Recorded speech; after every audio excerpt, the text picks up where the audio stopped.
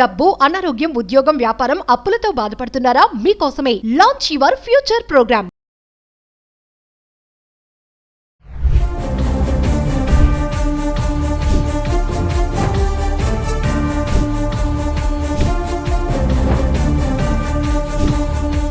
నమస్తే, welcome back to Suman TV. ప్రస్తుతం మనతో పాటు ఉన్నారు అనలిస్ట్ రామకృష్ణ గారు. నమస్తే సార్. నమస్కారం అమ్మా. సార్, ప్రజెంట్ ఎక్కడ చూసినా ఆర్టిఫిషియల్ ఇంటెలిజెన్సీ ఏలుతుందని అంటున్నారు, ఉద్యోగాలు పోతున్నాయి అంటున్నారు. అయినా సరే కొంతమంది మాత్రం టెక్నాలజీని ఉపయోగించుకొని కూడా జాబ్స్ చేసే అవకాశాలు చాలా ఉన్నాయని కొంతమంది వాదన. ఒక్కసారి మాట్లాడుకుంటే మరి టెక్నాలజీని యూజ్ చేసుకుంటే మనం అప్గ్రేడ్ అవుతామా, అంటే వస్తుంది కదా, మనం ఉద్యోగాలు పోతాయి, మనకు ఇంకా ఉద్యోగాలు ఉండవు భవిష్యత్తులో అని భయపడాలి అంటారా? ఏం చేయాలంటారు? ఒక్కసారి దీని గురించి సార్. దీన్ని కరెక్ట్గా అర్థం చేసుకోవాలంటే ఒక చిన్న ఉపమానం చెప్తాను. నదిలో ఎప్పుడైనాను పాత నీరు పోయి కొత్త నీరు వస్తూ ఉంటుంది. పాత నీరు పోయి కొత్త నీరు వచ్చినప్పుడే అది మంచిది. ఒకటే నీరు ఎప్పటికీ ఉండిపోయింది అనుకోండి, అది మురికి నీరుగా మారిపోతుంది. అలాగే మన జీవితంలో కానీ ప్రపంచంలో కానీ ఎప్పుడూ కొత్తది వస్తూనే ఉంటుంది, పాతదాన్ని రీప్లేస్ చేస్తూ ఉంటుంది. ఆ జరిగిన ప్రతిసారి ఈ భయాలు ఉంటూనే ఉంటాయి. దానివల్ల ఉద్యోగాలు పోతాయి, దానివల్ల చాలామంది ఉపాధి కోల్పోతారు, ఇలాంటివన్నీ ఉంటాయి. కానీ అదే సమయంలో ఆ టెక్నాలజీనే వాడుకుని చాలామంది కొత్త కొత్త ఉద్యోగాలు కానీ కొత్త కొత్త అవకాశాలు కానీ సృష్టించుకుంటూ ఉంటారు. కాబట్టి మనం ఇక్కడ అర్థం చేసుకోవాల్సింది ఏంటంటే, there is no like one standard answer. దీనివల్ల ఇది పోతుంది, దీనివల్ల ఇది వస్తుంది, అలా కాదు. ఒకటి టెక్నాలజీ వస్తుంది, దాని ఇంపాక్ట్ ఏంటి, ఈ ఇంపాక్ట్ వల్ల మనం ఏ రకంగా ఎదుర్కోవడానికి ప్రయత్నించాలి అన్నది మాత్రం ముఖ్యం. ఇప్పుడు ఆర్టిఫిషియల్ ఇంటెలిజెన్సీ అని భయపడుతున్నారు సార్ చాలా మంది. కానీ కొంతమంది ఏమన్నారు, ఆ టెక్నాలజీని అప్గ్రేడ్ చేసుకోండి, అప్డేట్ చేసుకుంటే మనకి ఇంకా బాగుంటుంది, కొన్ని నేర్చుకోవచ్చు కొత్త స్కిల్స్ అనేది ఒక ఆలోచన ఉంది. మరి ఐటీ సెక్టర్ అంతా డమాల్ అయిపోతుంది, ఇంకా ఐటీ సెక్టర్లో జాబ్సే ఉండవు, సాఫ్ట్వేర్ జాబ్సే ఉండవు అని కొంతమంది అంటున్నారు. మరి దీన్ని ఎలా చూడొచ్చు అంటారు? ఇప్పుడు రెండు భాగాలుగా మీ ప్రశ్న నేను జవాబిస్తాను. మొదటి భాగంలో దీని మీద ఐటీ సెక్టర్ మీద కానీ మిగిలిన సెక్టర్స్ మీద మనం కోల్పోయే జాబ్స్ గురించి మాట్లాడుకుందాం. రెండో భాగంలో కొత్త కొత్త ఉపాధులు ఎలాగా ఈ టెక్నాలజీ వాడుకుని చూడొచ్చో చూద్దాం. మొదటిది, మొన్నే మైక్రోసాఫ్ట్ వాళ్ళు ఒక 6,000 మందిని తీసేశారు. ఆ తీసేసిన 6,000 మందిలో వీళ్ళకి చాలా ఏఐ ఏజెంట్లు తయారు చేసిన మనిషి కూడా ఉన్నాడు. అద్భుతం అది. అంటే తను పాలు పోసి పెంచిన పాము కాటేసినట్టుగా అయిందనమాట. కాబట్టి అందరి పరిస్థితి ఇంతేనా అంటే, ఇక్కడ మనం ఒక విషయం చాలా క్లియర్గా అర్థం చేసుకోవాలి.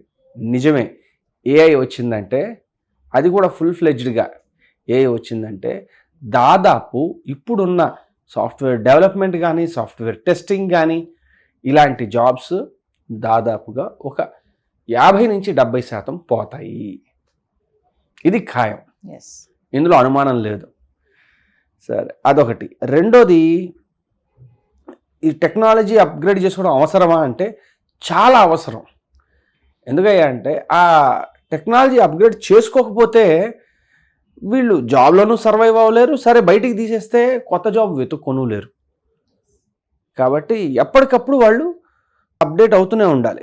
చాలాసార్లు ఏమవుతుందంటే, ఓకే నేను ఈ పర్టికులర్ ఐటీలో అంత ఇంట్రెస్ట్ లేదు కానీ వచ్చాను, జాబ్ వచ్చేసింది కాబట్టి ఇటు ఉన్నాను అనేవాళ్ళు ఉంటారు చాలామంది. సో వాళ్ళు ఏం చేయొచ్చు అంటే, వాళ్ళు ఏం చేస్తున్నారు ఇన్ఫ్యాక్ట్ అంటే, వాళ్ళకి కావాల్సిన ఉపాధి ఏదైతే ఉందో, కొంతమంది వ్యవసాయంలోకి వెళ్ళిన వాళ్ళు ఉన్నారు, కొంతమంది టీచింగ్లోకి వెళ్ళిపోయిన వాళ్ళు ఉన్నారు, కొంతమంది బిజినెస్లు స్టార్ట్ చేసిన వాళ్ళు ఉన్నారు. సో ఈ విధంగా రకరకాలుగా వాళ్ళకి కావాల్సిన వాళ్ళు దారులు వెతుక్కుంటూ వెళ్ళిపోతున్నారు. కాబట్టి మునుగుతుందని తెలిసినప్పుడు ఆ ఓడలో ఎక్కువ కాలం ఉండడం ఉపయోగం లేదు. అయితే సర్వైవ్ అవ్వడానికి స్కిల్స్ ఏమున్నాయో నేర్చుకోండి, లేదు దగ్గరలో ఉన్న తీరానికి మీరు ఈదుకుంటూ వెళ్ళిపోండి. ఇది మొదటి పార్ట్ మీరు అడిగిన దానికి. రెండో పార్ట్ చెప్తా వినండి. ఇన్ని జాబులు పోతున్నాయి కదా, మరి కొత్త జాబులు ఎక్కడో వచ్చి ఉండాలి కదా. అంటే ఉదాహరణకి చెప్తా, 1990లో ఇండియాలో చాలా పెద్ద సమ్మెలు జరిగాయి. ఎందుకయ్యా అంటే, కంప్యూటర్స్ పట్టుకొస్తున్నారు కాబట్టి కంప్యూటరైజేషన్ వల్ల చాలామంది టైపిస్టులు ఉద్యోగాలు, అలాగే చాలామంది క్లర్కులు, అకౌంటెంట్లు, వీళ్ళందరూ ఉద్యోగాలు పోతాయని చెప్పి అప్పట్లో కొన్ని రాజకీయ పార్టీలు, కార్మిక సంఘాలు చాలా పెద్ద ఎత్తున సమ్మెలు చేసాయి. సరే, మరి వాళ్ళు చేసిన సమ్మెలన్నీ గవర్నమెంట్ కానీ వినేసి కంప్యూటరైజేషన్ తేకపోయి ఉంటే మన పరిస్థితి ఎలా ఉంటుందో ఊహించుకోండి. ఏమైంది? అవి పోవడం వల్ల ఆ జాబ్స్ మళ్ళీ ఇంకోటి, పాత నీరు పోయిన తర్వాత కొత్త నీరు రావాలి, లేకపోతే కుదరదు. కొత్త నీరు వస్తుంది. సో కొత్త నీరు ఎలా వచ్చింది? ఐటీ రంగంలో మన వాళ్ళు అడుగు పెట్టగలిగారు. Y2K అనే సమస్య సమయంలో, అంటే ఈ టైంలో ఎవరికి తెలియకపోవచ్చు, నేను చెప్తా దాని గురించి చిన్న బ్యాక్గ్రౌండ్. ఇయర్ 2000 టైంకి అంతకుముందు అంతా ఎలా ఉండేదంటే కంప్యూటరైజేషన్ అంతా 2000 లోపల 1999 దాకానే వాళ్ళ సిస్టమ్స్ అన్ని అలా రెడీ చేశారు. ద మూమెంట్ 2000 వచ్చిందంటే వాళ్ళ సిస్టమ్స్ అన్ని ఎలా వర్కౌట్ అవుతాయి అనేది వాళ్ళు ప్లాన్ చేయలే. తయారు చేసినప్పుడు సడన్గా విపరీతంగా సాఫ్ట్వేర్ ఇంజనీర్లు కావాల్సి వచ్చారు. సాఫ్ట్వేర్ ఇంజనీర్లు అనడం కంటే సాఫ్ట్వేర్ టెక్నీషియన్స్, ఆ సమయంలో సాఫ్ట్వేర్ టెక్నీషియన్స్ అవసరం వచ్చారు. మన వాళ్ళు ముబ్బడిగా ఇవి నేర్చుకుని చిన్న చిన్న ప్రోగ్రామ్స్ నేర్చేసుకుని వెళ్ళిపోయి ధన అమెరికాలో సెటిల్ అయిపోయారు. ఓకే, అంటే ఒక చిన్న సమస్య వచ్చినప్పుడు దాన్ని హ్యాండిల్ చేయగలిగిన వాళ్ళు ఎవరయ్యా అంటే ఆ టైంలో వెంటనే, అంతేగాని నేను టైపిస్ట్ని, నేను టైప్ చేసుకుంటాను, నేను ఇంకేం చేయను అని వాళ్ళు కాదు. మునుగుతున్నప్పుడు షిప్లోనే కూర్చుని కదలకుండా ఉంటే మునుగుతాం. ఇది మొట్టది. సో అలాంటి అవకాశాలు వస్తాయి. వచ్చినప్పుడు మనం రెడీగా ఉంటున్నాం. సో పాతవి పోయాయి అంటే ఇప్పుడు కొత్త జాబ్లు ఎలా ఉంటాయి? ఏ ఏజెంట్స్ తయారు చేయాలి?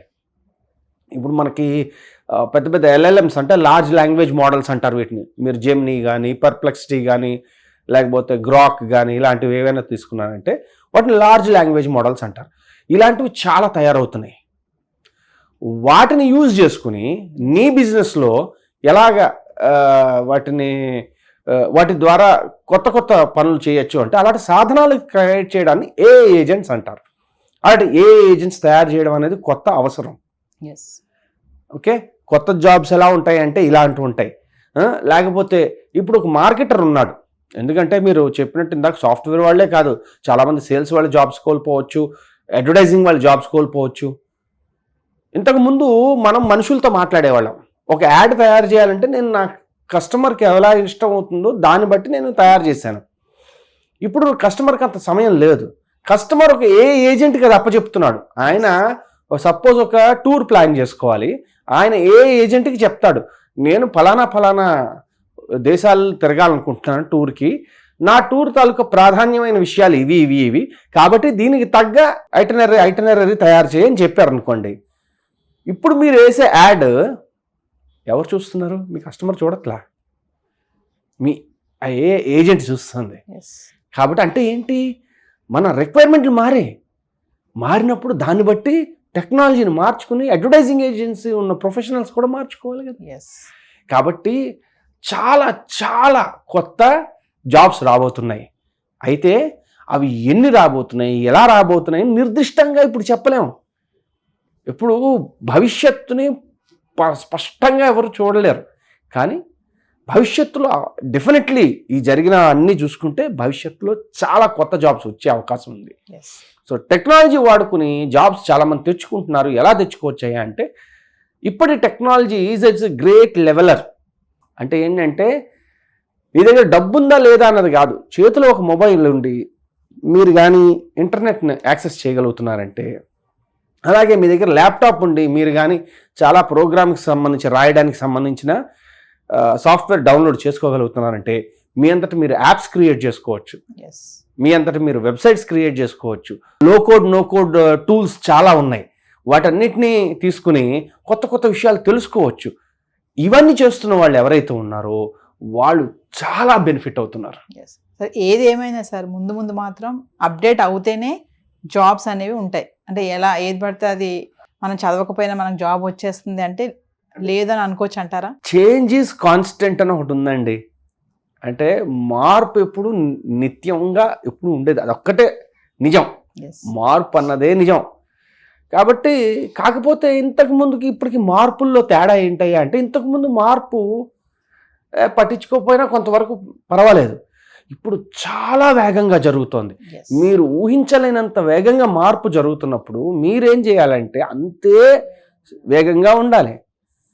లేదంటే ఇంతకు ముందులాగా ఇప్పుడు చెప్పా కదా, టైపిస్టులు టైప్ మాత్రమే చేసిన వాళ్ళు ఏం జరిగింది, జాబులు పోయాయి. అకౌంటింగ్ ఓన్లీ రాయడం మాత్రం నేర్చుకున్న వాళ్ళు ఎంతమంది ఉన్నారు, అందరూ జాబులు చాలా మటుకు కోల్పోయారు. ఇంకా చిన్న చిన్న కంపెనీల్లోనూ చాలా పెద్ద కంపెనీలో కొన్ని పర్టికులర్ డివిజన్స్లోనూ ఇంకా ఓల్డ్ సాఫ్ట్వేర్లు వాడుతూ ఉండొచ్చు. ఇప్పుడు అస్సలు మొత్తం హోల్సేల్గా ఏది రీప్లేస్ అవ్వదు. ఇవన్నీ ఎందుకంటే చాలా పెద్ద సిస్టమ్ ఇది, ఒక్కసారి హోల్సేల్గా మారిపోదు. కానీ మార్పు తాలూకా వేగం పెరిగినప్పుడు మీ తాలూకా ఉనికి ఖచ్చితంగా ఉంటుంది. కష్టంగా అవుతుంది. Thank you sir. ఓకేనమ్మా.